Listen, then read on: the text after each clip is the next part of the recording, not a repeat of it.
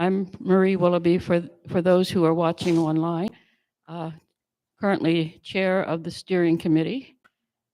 There's a good group who works at making a variety of programs, and sometimes we might say, what does that have to do with peace? Well, everything that we do together in some way to help each other is working for peace. Our program today, as you can see on the screen, is about the Red Cross experiences and our sharing our own neighbors on Hickory Lane. So we're going to turn it over to Bev and Jean Minton, and they will introduce themselves and move us right along.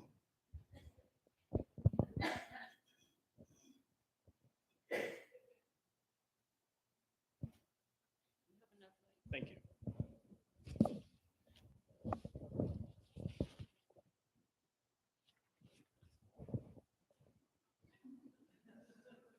It's lonely up here. Gene, a while ago, asked whether these were the more expensive seats. Evidently they are, because everybody else wants the cheap ones down there.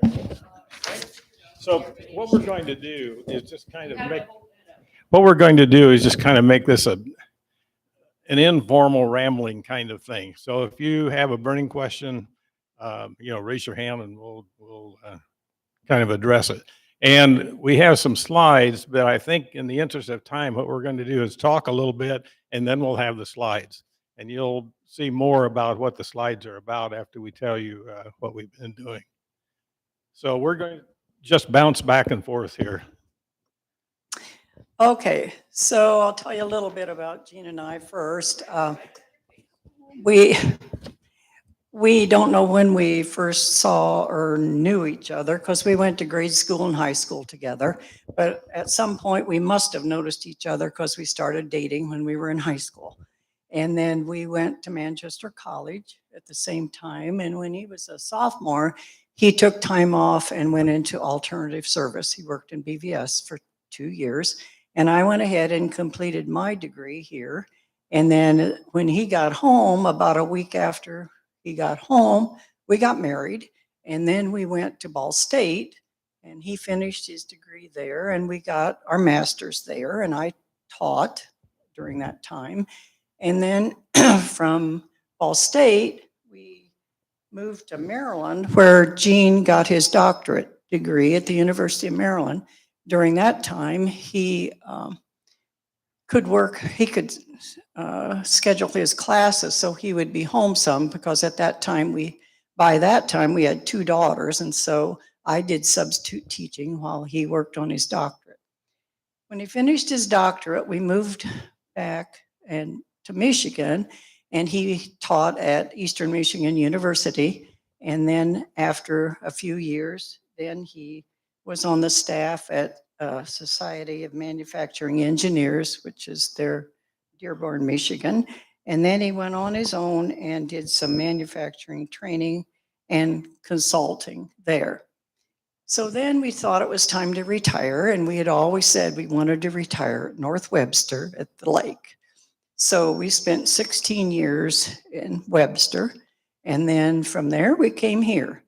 And so we also, as we were growing up, we grew up on Webster. So that was kind of home too. So anyhow, this is home for sure. Hickory Lane. We're going to kind of ramble, as I said, and I'm going to talk a little bit about how we got started with the Red Cross. We had always been active in our churches, and even I think when we were seniors in high school, we were counselors at Camp Mac. And from then on, almost all of our energy went into going to school. So after we retired, we started thinking, okay, now it's time to get back to really providing some service. And because of being right there in Webster, we got involved with the Kiwanis, which is a great organization. And we were active there, I don't know, 2 or 3 years at least. And we still were thinking we'd like to work with people, and we couldn't figure out how that was going to happen. And one morning, we had a Red Cross volunteer come and talk to us, like we're talking to you. And he had just come back from Katrina, and he had some wild stories. And we talked to him afterwards, and he said, "Yeah," he said, "come over and we'll talk about it." So we joined the Red Cross in Kosciuszko County, and we had about 25 members in Kosciuszko County. So we became active in the Red Cross and taking classes and getting ready to do things and that kind of thing. One of the things that we did was carry the pager. And we carried the pager 24 hours a day for a whole week. And then when we would get a call, we would go to the fires. It was mostly all fires. And we would provide coffee and water and sandwiches sometimes from McDonald's for the firemen and that kind of thing. And then if these people that were maybe burned out of their house, we also got them into motels. We gave them vouchers so that they could go to Walmart and get clothes and toothpaste and that kind of thing. So just to hold them over for a day or two. So that was kind of our activity until we hit our first disaster, which was in Napanee, if you remember that. There were, fortunately, nobody was killed. It was a pretty decent tornado, and it took out houses and took out barns and roofs of barns and that kind of thing. So that the next morning, we were in Napanee going down the road, house to house, asking people if they needed any help. And the answer was no. Would you like to come in and eat with us? And we said, well, where are you going to be staying? And they said, well, we have family. Well, this is an Amish area. Everybody has family. And we opened up a shelter in the missionary church. Nobody came. So we were thinking, yeah, well, this is a piece of cake. You know, disasters aren't all that bad. But we found out that that's unusual, very unusual. So what we did was continue taking classes. And as we took one class after another, we got to a point where we were ready to go on deployment. So then we went, had our name in, and we were called in whenever they needed something for some of the disasters. Okay, and I'm going to talk a little bit about that deployment process. After we took, you have to get so many classes in before you can do that. But as soon as we got ready, then we let them know, and then we started our own little packing for when we might go. We got backpacks and we got the suitcases we thought we might be able to take. And then we started collecting things like soap and medications and shaving things and flashlights and all that. So we started a pile of this kind of thing. And then when we got the call, we would either get the call from Warsaw or we'd get it from Fort Wayne. And within 24 hours, we had to be ready to go. And so then you have to, make telephone calls, change appointments, get your medications, make sure you have prescriptions, your clothes, and depending on what kind of a hurricane or tornado, then that's your boots or whatever you needed. And so we just had about 24 hours to do that. And then we would need enough for 2 weeks or maybe a little bit more. And so then during this time at the Washington, they were getting our airline tickets and setting up the rental cars then for that. So we either got, well, okay, so, and they told us where we would be going, obviously. So then the goal was to get there as soon as possible. That was within 24 hours. And we always flew out of Fort Wayne. And mostly it was, if it was a hurricane, it was getting the shelter ready before the hurricane actually hit and get the shelters all set up. If it were a tornado, obviously it was just to help the people right away. So the idea was to get everything done as soon as possible to help people. And many times when we got to the airport, there were other volunteers there we would happen to see because we wore our, I don't know if there was a picture of that, but anyway, Vests. our vest that we had on, and you would know what other volunteers, and maybe they would need a ride, or we found out where they were going, maybe they would need a ride. Gina and I were fortunate enough to be able to have a rental car each time we got it, and some people went with us, but we only once, I think, went with someone else, which was kind of handy. And then when we flew out and got to the headquarters, that's where you would go first. If our plane landed like in the evening, we'd go straight to the place where we were supposed to spend the night. It might be a church, or it might be a school, it might be a motel. But we would go there and then check out at headquarters the next morning.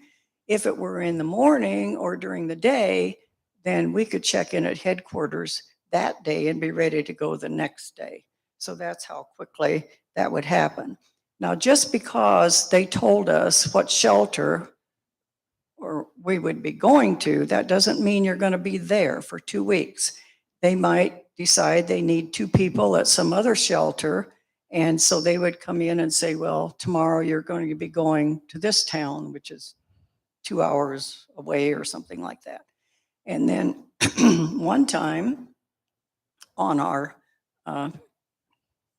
time off, we got a call when we were actually at a restaurant eating, and that we were supposed to be back at 3 o'clock because we had to pick up a trailer they needed to go somewhere.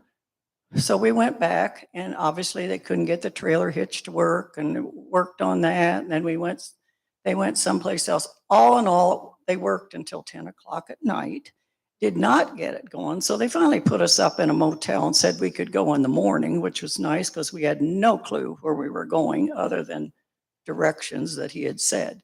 So you never know for sure how long you're going to be at one shelter. You might be there for a long time, depending on how many were there or the situation around there.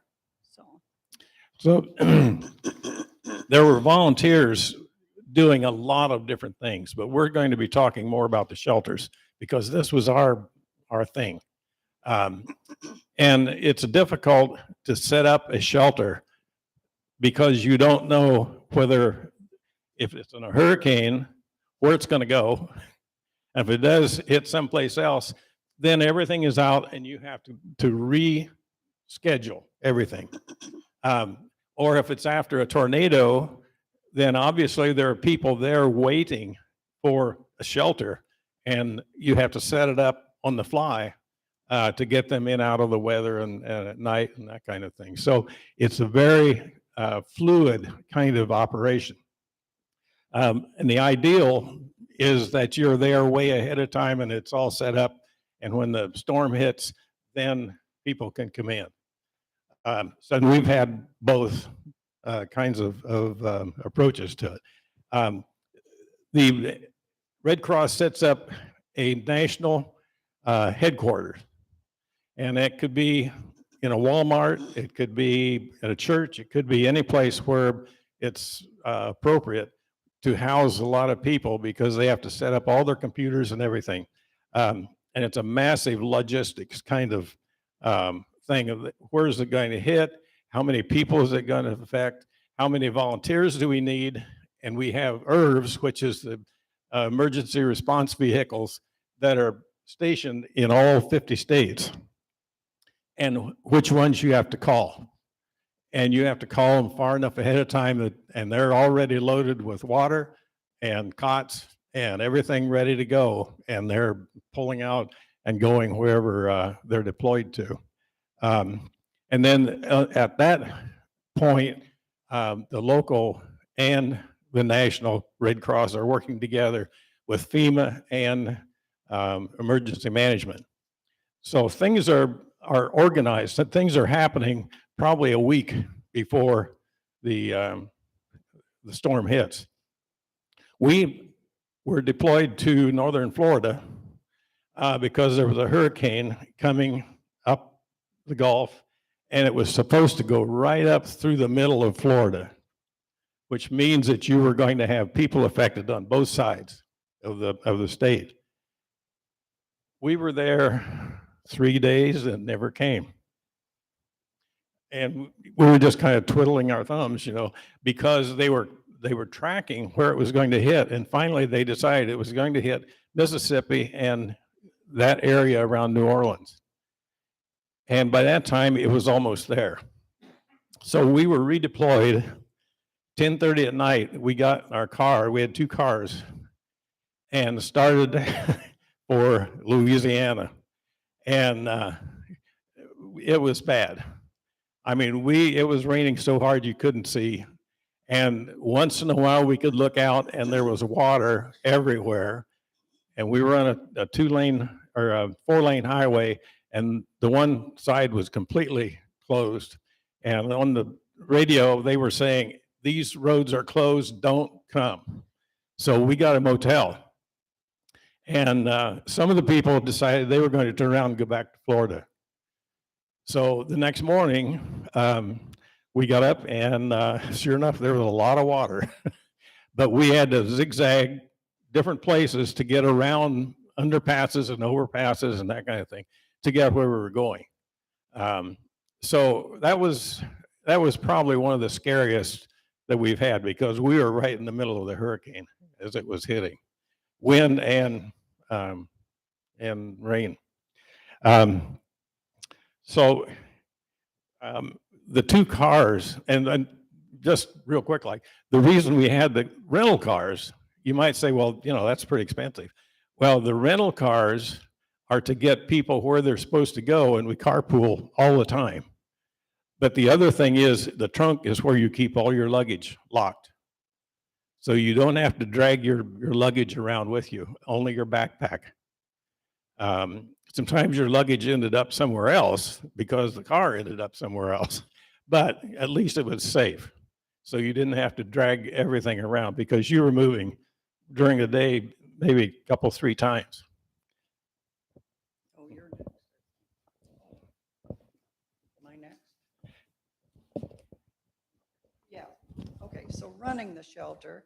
Okay, so when the people come to the clients come in, they have to be processed, and it has to be really well done, because we have to forget their names, their addresses, their phone numbers, and if they have a extended family, aunts and uncles, grandparents with them, whatever, they have to be processed, and it has to be all kept private.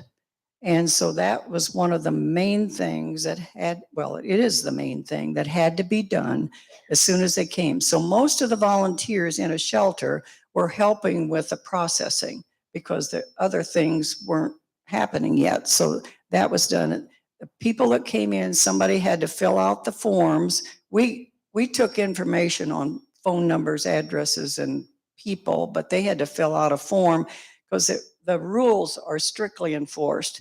They can't have guns or weapons or drugs or anything like that, which they have to answer questions for, and then we go over it when that's done. I don't know how it's done now, because we've been out of it for a while, but because of the way things are now with the gun situation and everything, that I don't know what they do now for sure. Also, they couldn't at that time they can't have pets in the shelter.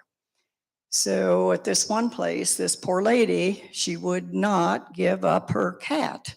And so it was hurricane, but she decided to wait it out in her car with her cat because she would not leave it alone. And she got along all right. But now they have more places, and they had a few places that you could take your animals while you were at the shelter, and you could go during the day and see your animal or whatever. And now I think mostly they have animal shelters for animals too. There, you couldn't have loud radios, loud noises, and of course there was a time for a quiet time at night. At that time it was 10 o'clock. And but anyway, that's uh, another real important thing about keeping track of everybody was they had to sign in and out of the shelter for everything. If they wanted to go for lunch someplace, didn't want to eat at the shelter and preferred to go to a restaurant if there was one available, they could go, or they could go for any reason. There were a few people that went to work from the shelter. They still had a place that they could go for their work, but you have to sign in and out, and that's so that you can keep track of everybody. And some people could get lost from others if it was a large family or something, and then they wanted to know where the aunt and uncle were or something. Anyway, it was just for privacy. Also, another reason that for privacy is that if someone came to the shelter and asked to see someone, asked if someone's there, they wanted to talk to them, we couldn't tell them if that person was there or not, because someone might have a restraining order against that person, or it might be a someone trying to get what's it called? Creditor. A creditor might be trying to find somebody.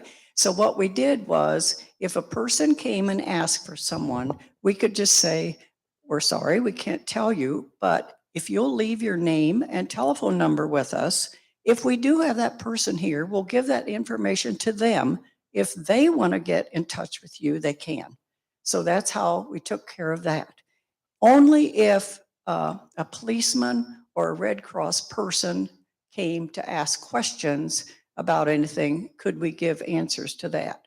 And of course, we could not, what was I going to say? Now I forget. That's old age. Okay. So anyway, at each one, there's supposed to be a nurse at every shelter. Well, nurses were in shortage, big time. And so sometimes we would have a nurse that would be going to 3 or 4 different shelters, and she would just come in and check to see if there's anything she needed to do, if there's somebody that really needed help or something like that. And we were fortunate one time that in our shelter, there was a volunteer that was an EMS person. And so that person could take care of, you know, if somebody had insulin that had to be on ice, or, you know, anything like that. And also we did have a person that was in a wheelchair, and she was on a dialysis machine. So we decided to put her in the women's restroom and a cot in there. Well, that's not really too great, but anyway, it's all we could do because she needed to be separated from the other people. So there's all kinds of things like that, but privacy is one thing, and keeping track of people that are in the shelter is another. And there are a lot of different things involved in setting up a shelter. And one is that you keep all the doors locked except the front door. And you always had a Red Cross worker at the front door. So that controlled everything that happened within the shelter. And you have areas set up. And every situation is different. A lot of times we were in a school and they would have a gymnasium. And if they had covering over the gymnasium floor, we could use the whole gymnasium to set up cots. But you set up an area for families, another area for single men, another area for single women, another area for disabled people. So they're separated, even though they're in one big area, they're separated as much as we could. And that varies. And then you have to identify, where are you going to feed people? and where are they going to go if they need to walk around, because you don't want them walking around all over the school. So you have to cordon off all the hallways. Usually we use chairs so that they couldn't leave the area. So that's kind of, it's to keep an organization. And we had two situations. Now, part of the time we were supervisors and part of the time we weren't. When we started out, we weren't supervising. We were the worker bees. But these two shelters that we went to, we weren't supervisors. One was a coliseum, about 1,500 people. That was the worst situation we have ever been in. And it was run by the local people and with the help of the Red Cross, but the local people were running it. And it was chaos. It was all the things that should have been done weren't done. And we had 13 of us went in to help. And they said, just walk around and see if you can find something to do. So we did. Beverly and I went to the food area, and they just said, thank goodness you're here. We need help trying to feed 1,500 people. And we helped them set up an assembly line kind of thing with tables, and we had the food where they had to file by to get it, and it was dispensed in clamshells. But anyhow, all of the restrooms were plugged up. There was no toilet paper. They had no facilities for people at all. And people were just wandering around everywhere. They weren't in particular areas where they're supposed to be. And there was no electricity. And we had a meeting at the end of the first day with a manager. And she said, we've heard that we're going to have riots. But don't worry, I have a couple of police officers with me. With me. We thought, yeah. Of the whole Coliseum, she's the one that has the protection. So we got our heads together and decided we're out of here. And we didn't even sign out. We left and went back to headquarters. And they couldn't believe what we were telling them. And they took us in the room and kind of ran us through one by one. They said, wow, we have to get out there. So they went out, and the next morning they closed the shelter and bussed all of the people to other shelters.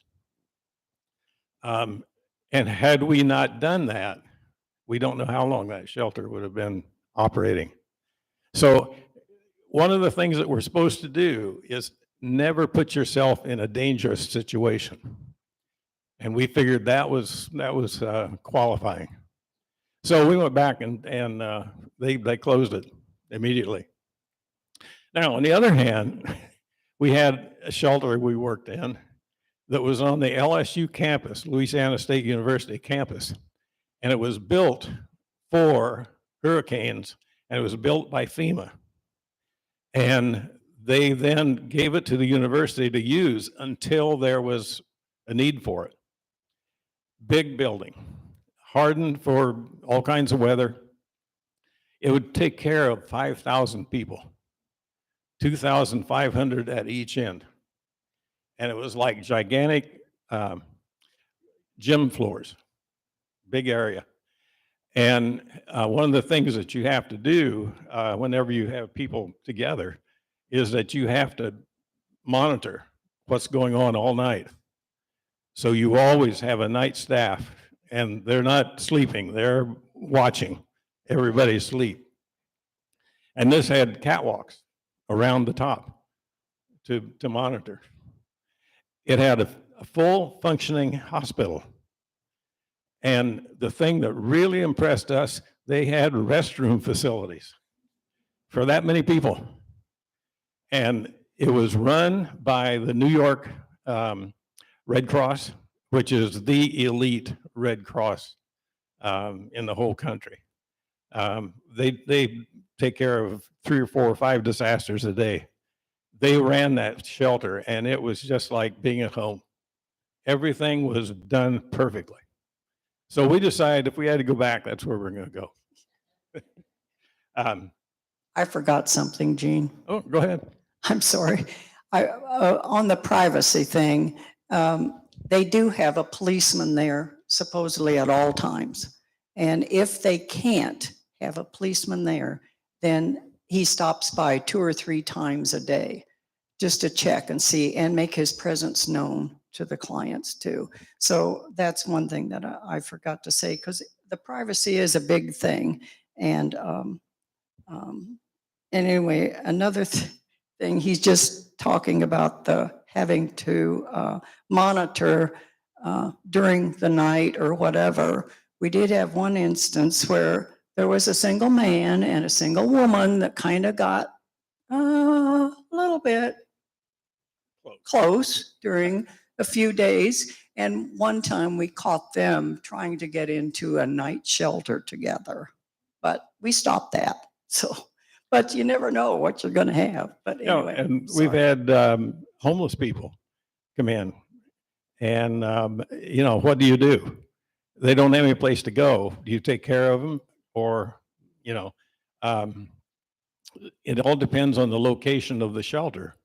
And we had one shelter where it was kind of downtown, and there were a lot of homeless people. And the second day, we were getting swamped with homeless people because they heard there was food there and a place to sleep. So the Red Cross had to close it. Otherwise, we'd have been overrun. So they had to close it and move the clients that needed the help to another shelter. So, every day is something different. But we also have staff shelters.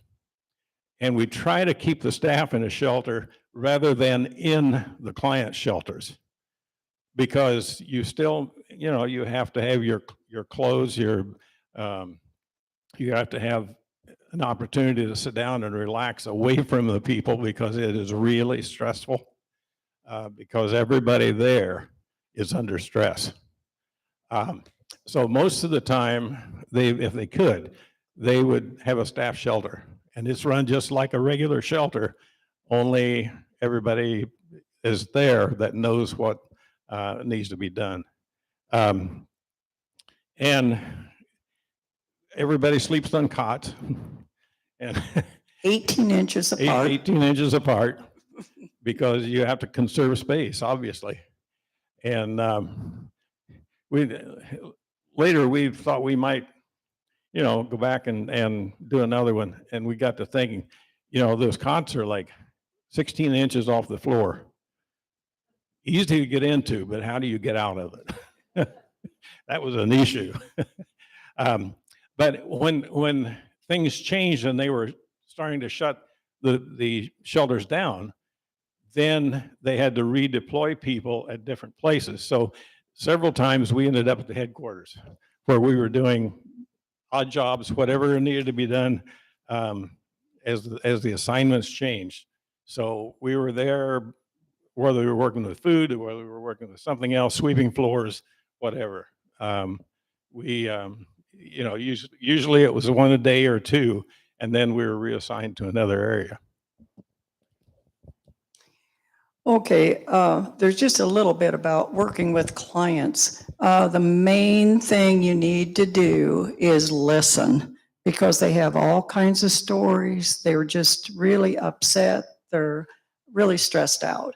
And so anyway, we found that you just have to be a good listener, and you really can't take any pictures of any of the clients, and you can't tell them anything about religion. You don't talk about religion, and there's certain things that we can't talk about with them.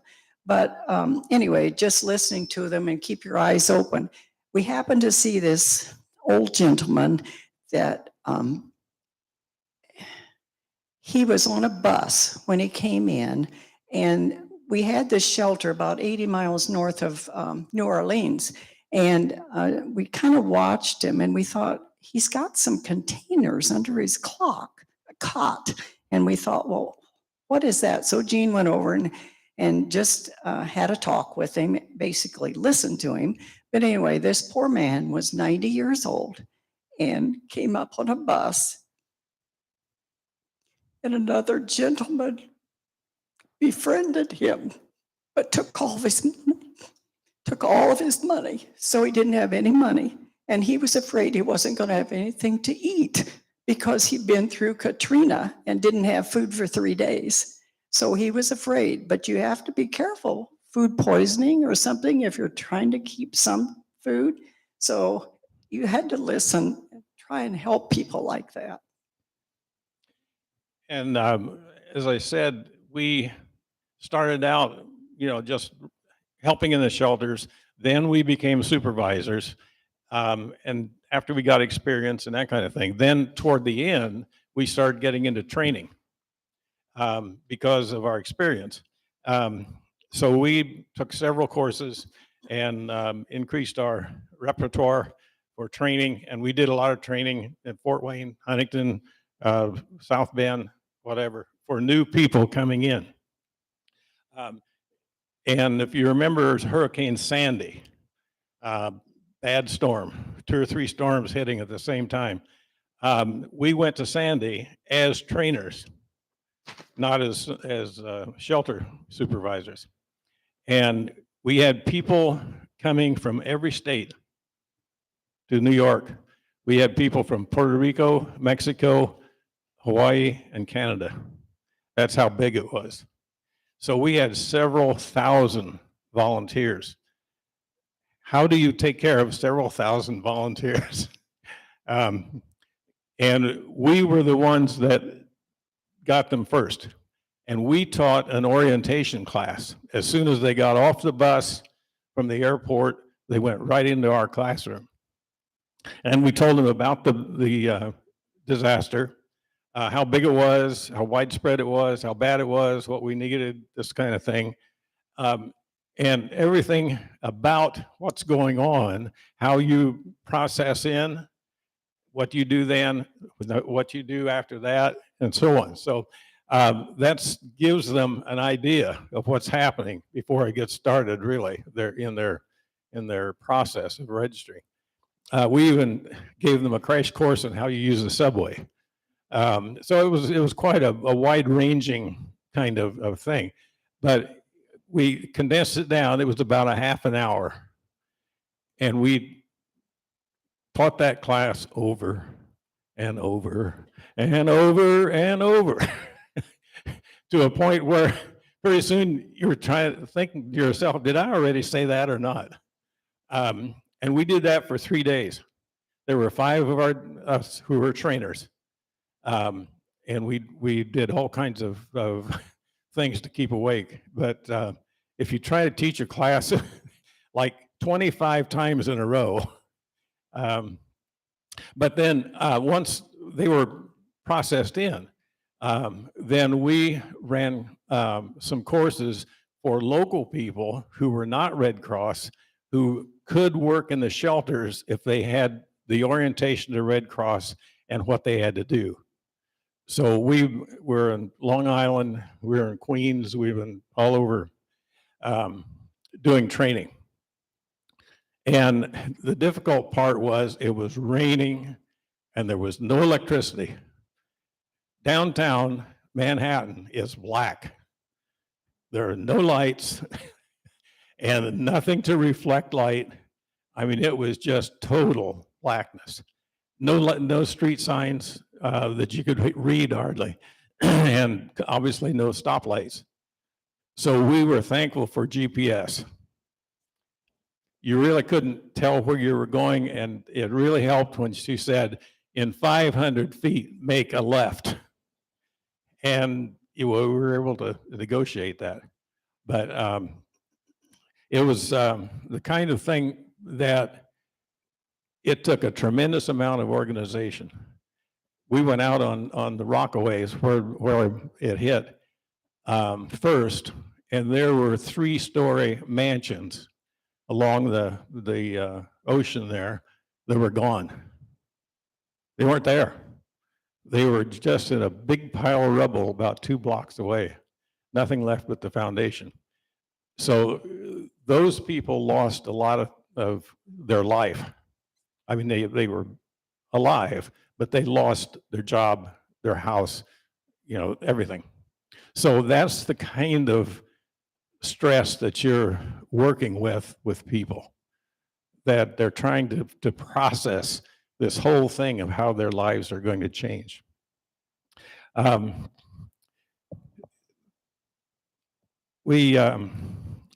Did you have anything else on the shelters? No, I don't Okay. think so. Then, as I said, we ended up with training, and then one of the things that I got involved in training, I developed a course for supervisors. I filled out a request for a proposal from Washington, D.C. I got it, and then through several steps, you know, we ended up with this class. So I developed the class, and it was being used in all 50 states. And you had to be an advanced instructor to teach it. Neither one of us were advanced instructors. So we had to go through the process of becoming an advanced instructor. And one of the requirements was that you had to take this class. So I had to take the class that I developed. And I passed it. So there was kind of a joke about that when we were going through that.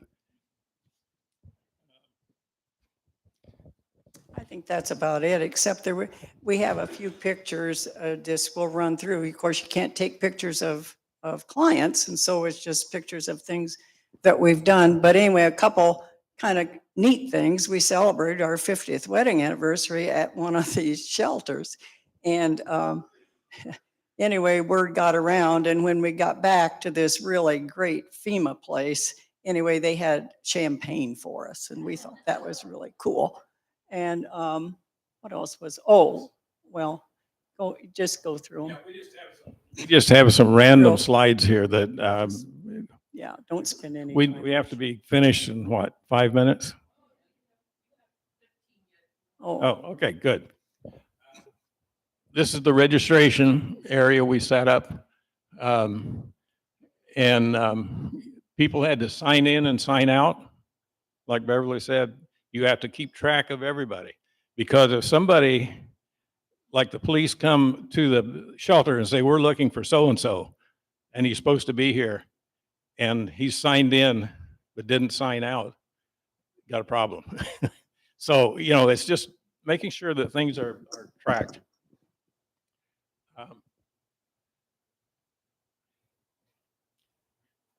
Setting up the shelter, one of the big things is setting up the cots. we learned how to put a cot together. Yeah, quickly.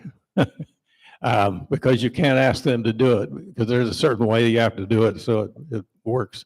And then in the background there, you can see where we'd started putting the cots down, lining them up. It's the same thing. That's Here's the a same police one. officer.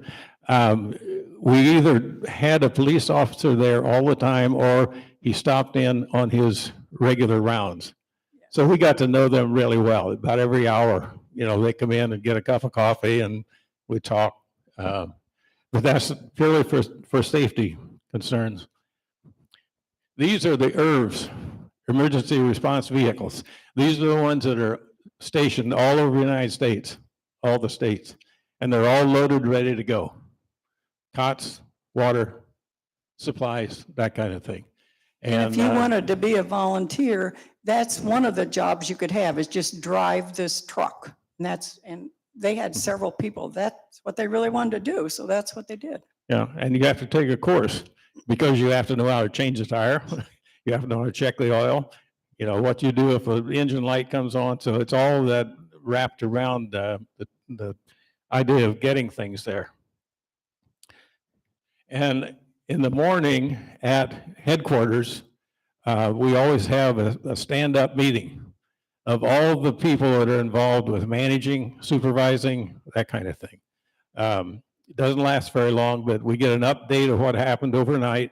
what's going to happen during the day and what the future looks like in terms of 2 or 3 or 4 days.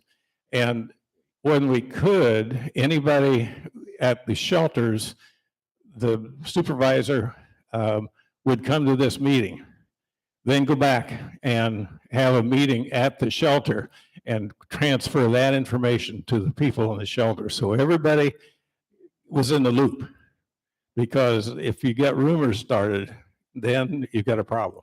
So it's a good communication tool.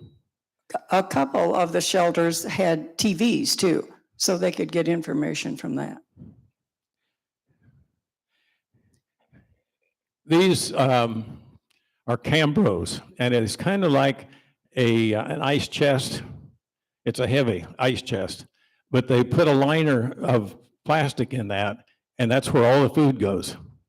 It might be soup, sloppy joes, potatoes, green beans, whatever it is, go into these Cambros. So those are unloaded, and we take them in and line them up, and people come by, and we dip out for the line. So, and they're fairly heavy. Here it takes 2 people to carry them in. One of the things that happens quite often is that you don't have any electricity. And you can kind of see here, we were sitting around the table, and there's one flashlight over there, and we had a couple of other flashlights.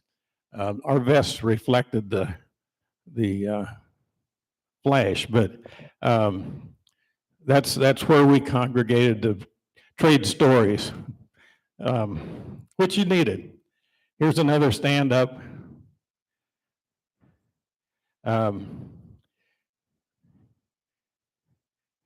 Here we were feeding, and we also took a course in feeding. So there are a lot of regulations that you have to follow. Obviously gloves and Really hard, but anyway, that was great that they brought that in for us. And the Southern Baptist also have semis with heavy-duty food processing equipment. And they come in a lot of times and set up, and they'll be cooking out in the parking lot with tubs of food. And then that goes into the Cambros, and the Cambros go out to the shelters. One of the things you have to do as you're winding down is clean the cots. With Clorox. With Clorox. So you can imagine what your clothes looked like when you were done. But we cleaned them, and we stood them up to dry. And then once they're dry, then they are folded down and put in the bags and put back in the earth. Take them, tell about this. This time it happened to be on a Sunday, and we had all of our Elkhart people and whatever. We had about 13 of us in there cleaning cots, and we sang. Somebody started a song. It could be a hymn, or then they'd switch to Christmas or whatever. Anything anybody thought of. And we finally had pretty much of an audience coming to see what on earth were we doing out there cleaning those cots. So we really had fun. But the one right before that was just Gene and I. We were at headquarters again, and they asked for volunteers to clean cots. Well, it was 90-some degrees out, and we had to do it outside. We were the only 2 that volunteered, but we got a lot done anyway. But we had such a good time that day. Yeah, we sang for 3 hours. Yeah, it was. We really did. It was fun. Everything from Handel's Messiah to You Ain't Nothing But a Hound Dog. Everything in between. And we would stop, and then somebody would come up with another one. Everybody was just laughing and having a ball. Yeah. So that's the kind of thing that really helps relieve the stress and helps you get through some of those things. This is the infamous Coliseum that I said was so bad. Yeah. That's what they closed down. And then it's not a very good picture, but this is the other one that was really good. So the problem was we didn't have time to take pictures. We don't have any pictures of the disaster because we were working all the time. So you people have seen enough of that in the last month. So this is the kind of thing. Here's one of our staff shelters. The other bad thing about those staff shelters, this was in a YMCA, and people have different shifts. So you'll hear the alarm go off, and then after a while, another alarm, and then pretty soon another crew would come in to find their cots. And so it's like, you got some sleep, but not a whole lot. Like Grand Central Station. The one shelter we stayed in, after we got in there, they sandbagged the doors to keep the water out. And we rode out that hurricane inside. And no electricity and no windows. So you know it was really dark in there. So everybody had to have their flashlight or their cell phone to get around to see anything. And that was kind of an interesting process in the morning when everybody got up and they had to get ready to go, trying to get in the restrooms with no electricity and people bumping into, elbow to elbow and whatnot. Then back at the headquarters, as I said, we did most of any kind of thing. Here there was shelter was needing shovels, and we were sorting out shovels. And we ran what they call a commissary, but it's, snacks and that kind of thing. And that was our sign that we put up there. Cheaper by the dozen, they were free. And, people all during the day would come by and pick up the snacks. As I said, we were also trained in food. So you can see we got our gloves on there and working in the kitchen. And Beverly was talking about working with clients, but it really is fun. I mean, you think probably not, but it is fun working with other volunteers because everybody is on the same page. Everybody understands the clients are under stress. Everybody helps each other. And here it was raining really hard. She has on her plastic bag, and then I've got one stuff in another plastic bag to keep it dry. And we have fun, even to a point where people really are acting silly. But that's part of the process. There's our 50th that we celebrated. Fortunately, we were in a shelter that was not in the area where the disaster hit, so we could go to a restaurant. So we ended up that time but we always have said we've celebrated our 50th anniversary in a homeless shelter. So these are the bunch from Elkhart. We, on one of our trips, we ran into all these people from Elkhart and we got to know each other. So after that, whenever we would be deployed, we would ask to go to the same place. So we did kind of follow each other around for, a couple, 3 times. And it made it nice because you always knew somebody. The next place you go, hey, how you doing? Where you been? Where are we going? That kind of thing. So anyhow, that's what makes it worthwhile. Questions?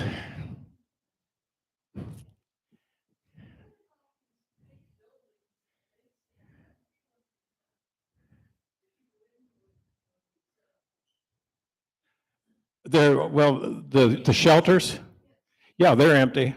Sometimes there'll be a church and no, these are regular, like Church of the Brethren here in Manchester. But she's asking what, like that FEMA Oh, building. the FEMA building. Yeah, FEMA built that building. 1,500 people in one location in Fort Myers. Yeah. And a lot of people, a lot of volunteers. We toyed around about a week and a half trying to decide whether we should go or not. And finally we decided, no, we're too old to do that. So we didn't. So now what we're doing is we're helping out with blood drives for Kosciuszko, Wabash, and Huntington counties. So that's what we're putting our time in for now. And so just quick, Gene, just show that one other. I'll show you one place in But we Florida. gotta get out. Just quick, do that. That's our park. That's our park in Fort Myers. That's where our trailer was.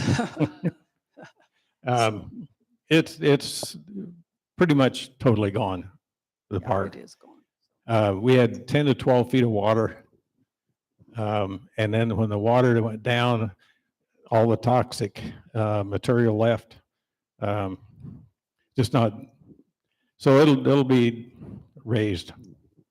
So anyway, it's a wonderful thing if you want to be a volunteer, if you don't think you're too old, but if it's kind of stressful, but it's very rewarding, very rewarding.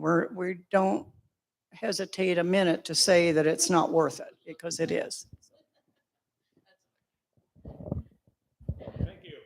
Well, we want to thank you very much for this. And here we have some famous neighbors, don't we? Let's give them our thanks.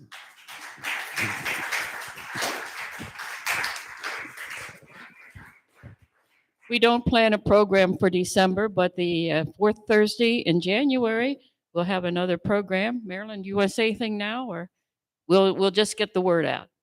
Thank you again for being here. And thank you for Jean and Bev for all this sharing.